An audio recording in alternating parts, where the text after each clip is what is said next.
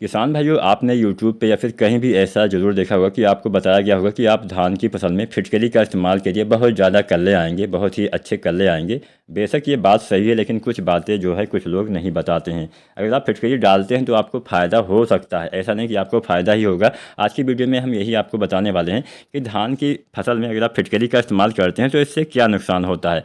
क्या नुकसान होता है अगर आप जान लेते हैं तो आपको हमेशा नुकसान नहीं होगा, आपको फ़ायदा ही होगा।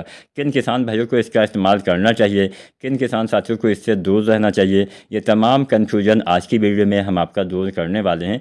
तो ऐसे ही वीडियो देखने के लिए SRJ किसान चैनल को सब्सक्राइब कर लीजिए, साथ में बेल आइकन दबाइए। कोई आपके मन में सवाल हो, सुझाव हो चैनल से संबंध में, वीडियो से संबंध में, तो नीचे कमेंट करिए। हम सभी सवालों के जवाब देने की पूरी कोशिश ज़रूर करेंगे। तो चलिए वीडियो स्टार्ट करते हैं, जानते हैं फिटकरी डालते समय कोई नुकसान ना हो इसके लिए क्या करना चाहिए।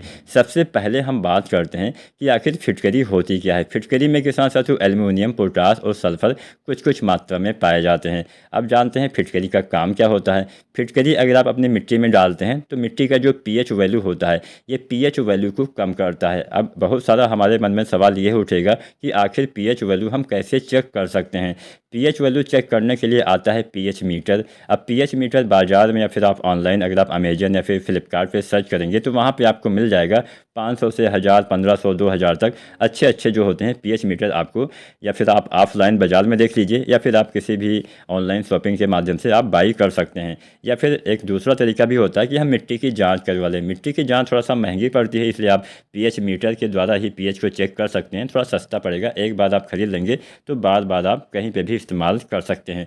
तो यहाँ पर आपको पता चला कि हाँ, pH मीटर से हम pH वैल्यू निकाल सकते हैं। अब हम बात ये करते हैं कि pH वैल्यू अगर कम होता है तो हमें फ़ायदा क्या मिलता है। जहाँ पे pH वैल्यू ज़्यादा होता है वहाँ पे नुकसान ये होता है कि हमारे बहुत सारे ऐसे तत्व होते हैं जो pH वैल्यू ज़्यादा होने की वजह से हमारे पौधे उसको अपने भोजन के रूप में ग्रहण नहीं कर पाते हैं, मतलब वो अघुलनशील हो जाता है तत्व।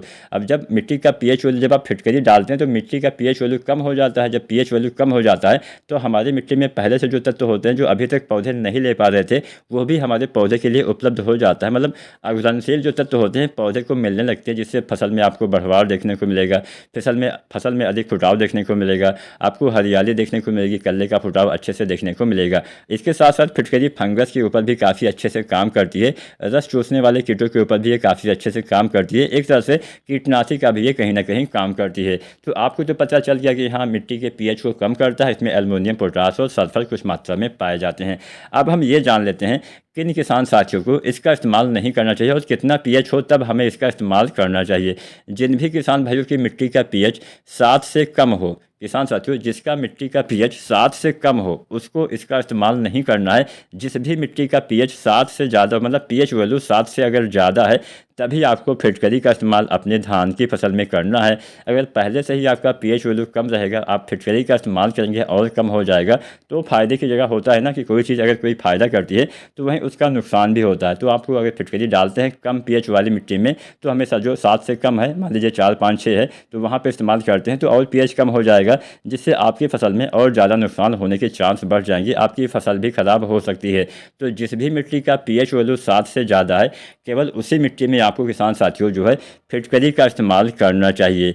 अब हम जान लेते हैं किसान साथियों फिटकरी हमें कितनी मात्रा में धान की फसल में प्रयोग करना होता है।